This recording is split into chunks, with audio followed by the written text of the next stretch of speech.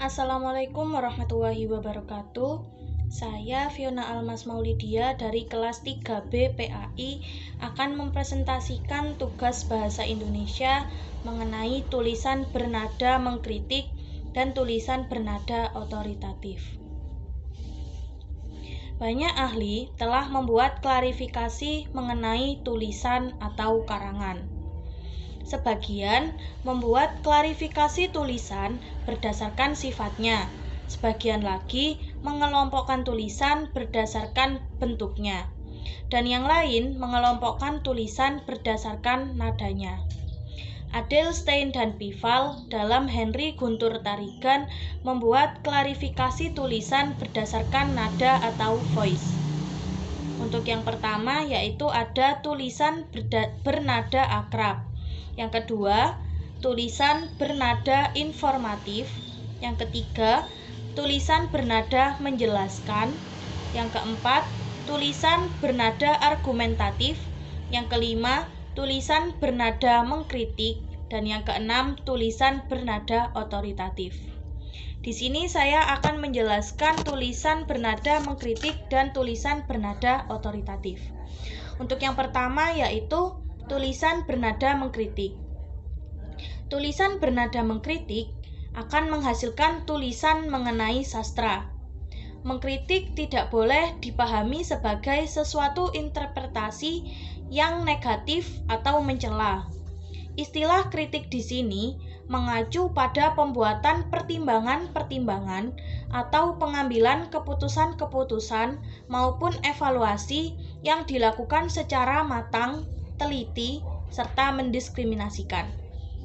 Untuk membuat tulisan bernada mengkritik, penulis harus benar-benar membaca karya-karya sastra tersebut, serta harus memahami benar-benar peranan sastrawan atau penulis karya sastra tersebut. Dalam merencanakan dunia fiksi ini, para penulis memegang peranan yang beraneka ragam, antara lain yang pertama, penulis sebagai pemimpin atau pengelola pentas. Sebagai sutradara, maka sang penulis memusatkan perhatiannya kepada aspek-aspek teknis karya mereka. Yang kedua, penulis sebagai penulis cerita atau scriptwriter. Sang penulis di sini akan berhadapan dengan aspek-aspek retorik suatu karya sastra. Yang ketiga, penulis sebagai direktur atau pemimpin.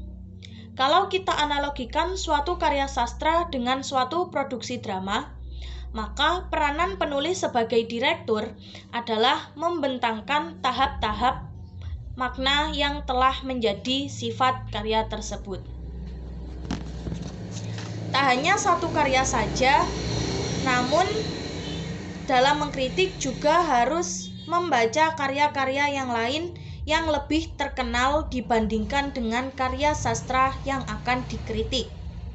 Hal ini dapat menjadi acuan atau referensi dalam mengkritik sebuah karya sastra. Setiap aspek di dalam sebuah karya harus mendapatkan perhatian yang sama porsinya, sehingga tulisan menjadi lebih seimbang. Dalam tulisan bernada mengkritik, penulis tidak harus memberikan kritikan yang negatif, tapi bisa juga berupa kritikan yang baik, yang nantinya mungkin akan membuat karya tersebut menjadi jauh lebih baik dibandingkan dengan karya-karya yang lainnya. Untuk yang selanjutnya yaitu tulisan bernada otoritatif. Tulisan bernada otoritatif akan menghasilkan karya ilmiah atau the research paper. Tulisan ilmiah biasanya melalui 10 tahap, antara lain yang pertama yaitu menulis pokok topik. Yang kedua, membaca pendahuluan. Yang ketiga, menentukan biografi pendahuluan. Yang keempat, membuat kerangka pendahuluan. Yang kelima, membuat catatan. Yang keenam, menyusun kerangka akhir. Yang ketujuh, menyusun naskah pertama. Yang kedelapan, mengadakan revisi.